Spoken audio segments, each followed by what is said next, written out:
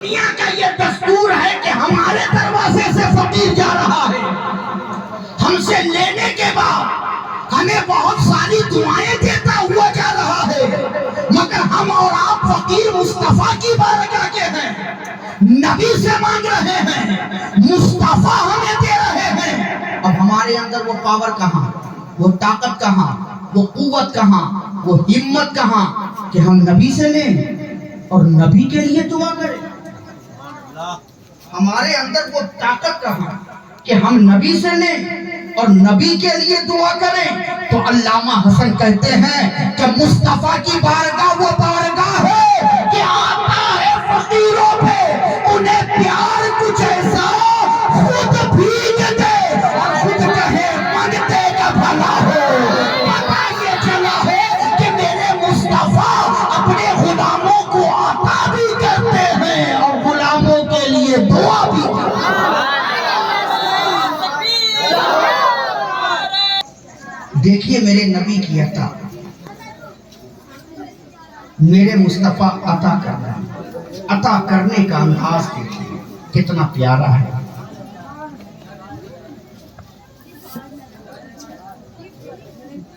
ہر دور میں میرے نبی کے دشمن آج ہیں، آج بھی میرے نبی کے دشمن ہیں۔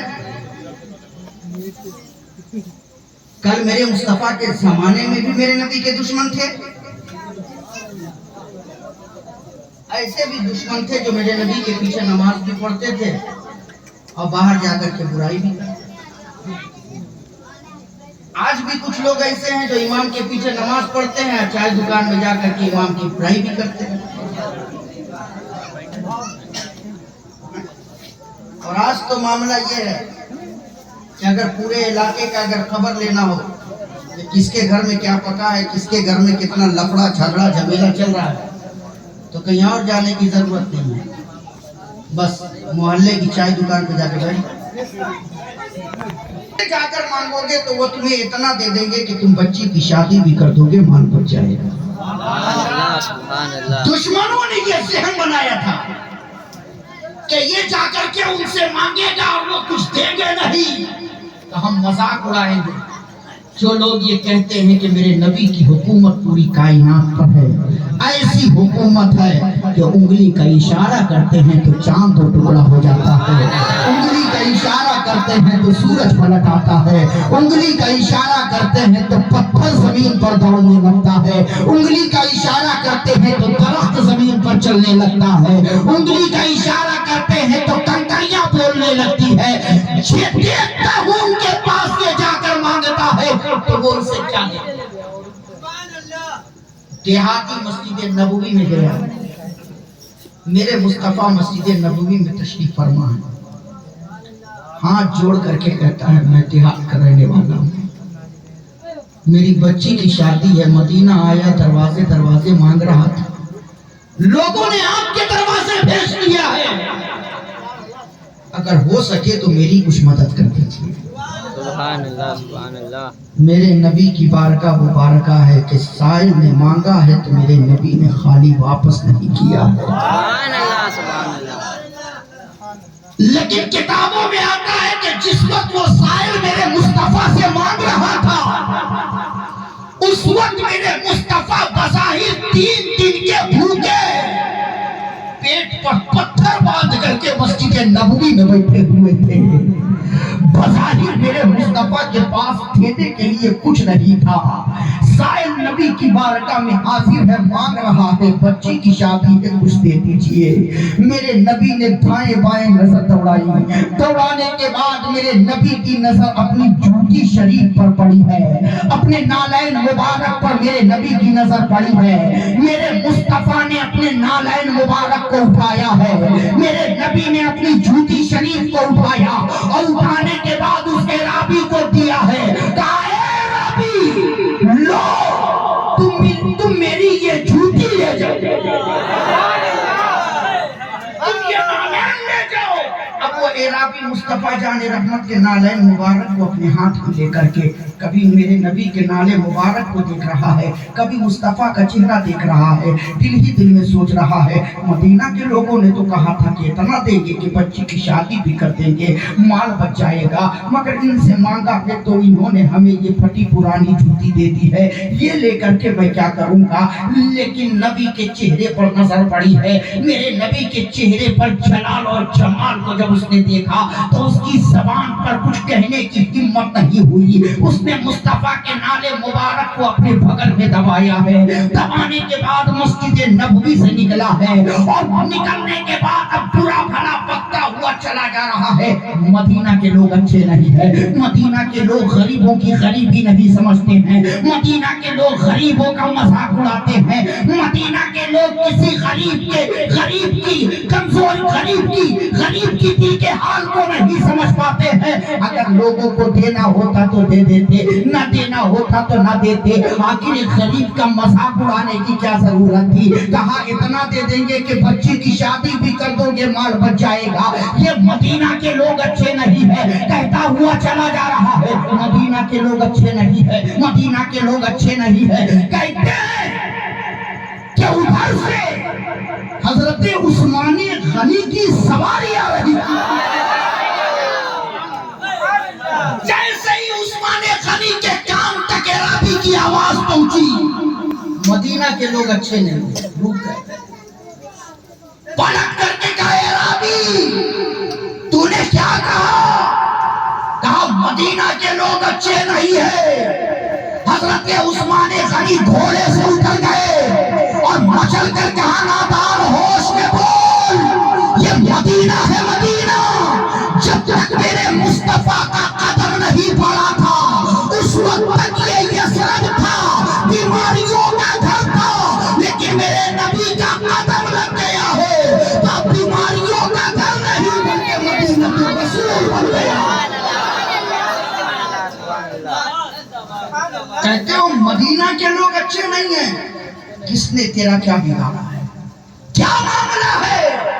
उसने कहा अगर मदीना के लोग अच्छे होते तो गरीबों की गरीबी को समझते, मदीना के लोग अच्छे होते तो गरीब का मजाक न उड़ाते।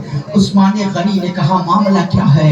कहा मैं देहात का रहने वाला हूँ, आया मदीना लोगों से मांगने के लिए, दरवाजे दरवाजे मांग रहा था, लोगों ने मुझे मस्जिद नबवी के दरवाजे पर भेज दिया, कहा वहां जाकर मांगोगे तो वो तुम्हें इतना दे देंगे कि तुम बच्ची की शादी भी कर दोगे, माल बच जाएगा।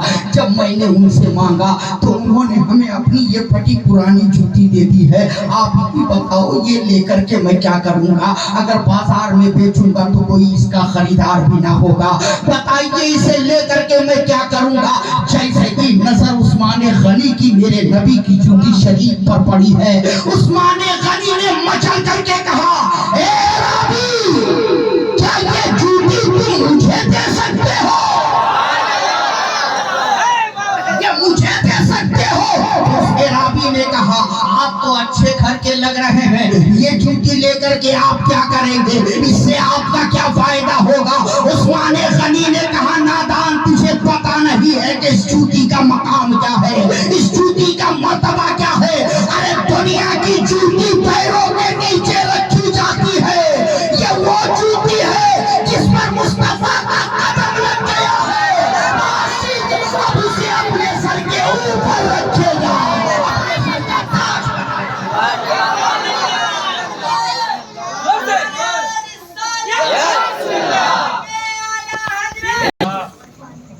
उसने बर्जस्ता का अच्छा ठीक है मैं आपको दूंगा, इसके बदले में आप मुझे क्या देंगे? इसके बदले में आप मुझे क्या देंगे? उस्मानी गनी ने कहा तुम क्या लोगे? क्या लोगे? कहा जो आपके पास है दे दीजिए। उस्मानी गनी ने कहा कि जब तुमने कह दिया है जो हमारे पास है वो दे दीजिए, तो सुनो 40 ऊंट में मेरा माल तिजारत लग के आ रहा है।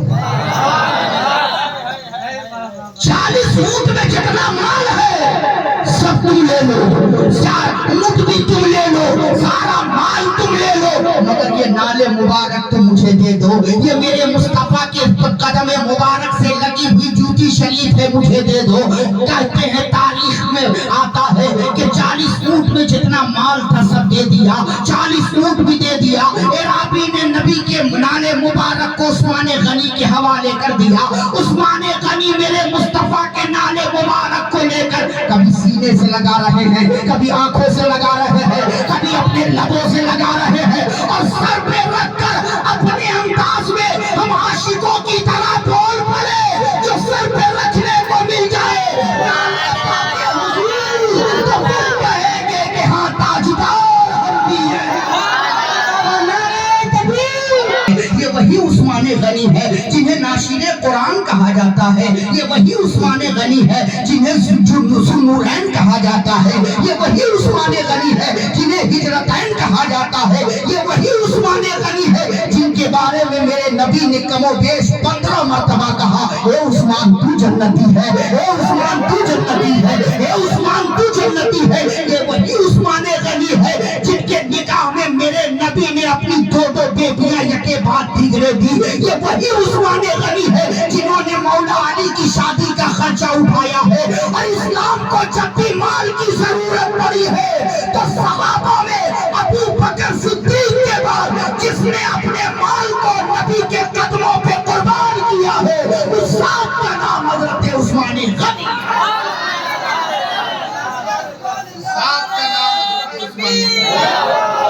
उस्मान गनी मदीना तिजारत से लौटे, जब मदीना आए तो नजर पड़ी लोगों के चेहरे पर, देखा लोगों का चेहरा उतरा हुआ है, लोग मायूस हैं, कोई कोने में बैठा है, कोई दरख्त के नीचे लेटा हुआ है, चेहरे पे मुरझाहट है। उस्मान गनी आगे बढ़ते हुए मस्जिद नबवी में दाखिल हुए, क्या देखते हैं कि मेरे मुस्तफा भी एक सुकून से टेक लगा करके बैठे हुए हैं।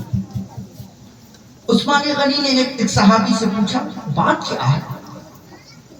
जिस मदीने में हमेशा खुशहाली रहती थी, उस मदीने में गम के आसार क्यों नजर आ रहे हैं? लोग गम में डूबे हुए हैं, चेहरे पे मुरझाहट, आखिर बात क्या है? एक सहाबी ने कहा, उस्मान आप तिजारत से आ रहे हैं, आपको पता नहीं, आज 3 दिन हो गए हम लोगों ने पानी नहीं पिया है। 3 दिन हो गए पानी नहीं पिया है, 3 दिन से हम लोग प्यासे हैं, हमारे बच्चे प्यासे हैं, हमारे जानवर प्यासे हैं, हम प्यासे हैं, यहाँ तक कि मेरे मुस्तफा भी 3 दिन के प्यासे हैं। उस्मान गनी ने कहा, क्यों, मामला क्या है? कहा, उस्मान आप जानते हैं कि हम लोग जिस कुएं से जाकर के पानी लेते हैं वो कुआं यहूदी का है, और 3 दिन हो गए उस यहूदी ने हम लोगों को पानी लेने नहीं दिया है, इसलिए मदीने में पानी नहीं है, हर तरफ लोग प्यास से परेशान हैं। इतना सुनना था कि उस्मान गनी मस्जिद नबवी से निकले। देखो मोहब्बत, कहिए सुभान अल्लाह। मस्जिद नबवी से निकले उस्मान गनी, और जैसे ही मस्जिद नबवी से निकले, मदीने की गलियों से गुजरते हुए सीधे यहूदी के मकान पर पहुंचे, और यहूदी के मकान पर जाने के बाद दरवाजे पे दस्तक दिया। यहूदी ने दरवाजा खोला, जैसे ही दरवाजा खोला उस्मान गनी ने कड़ी आवाज में, सख्त लहजे में कहा, यहूदी कुआं बेचेगा?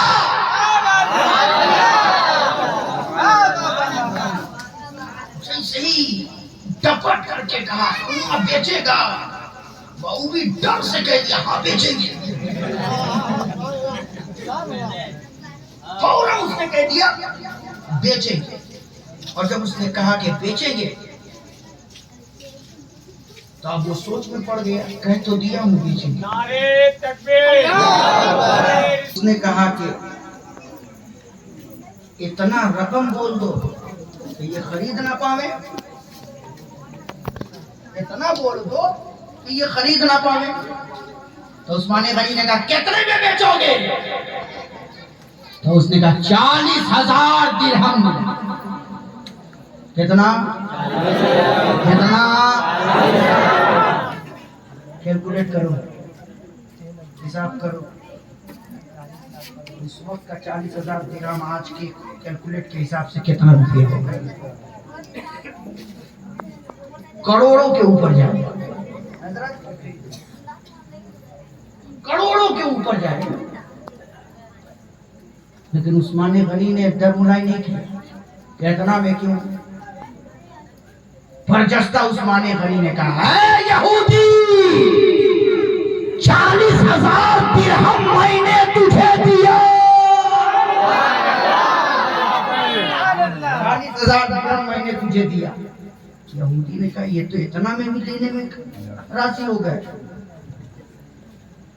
دوسری چال اس نے چلی. کہا مگر ایک شرط ہے.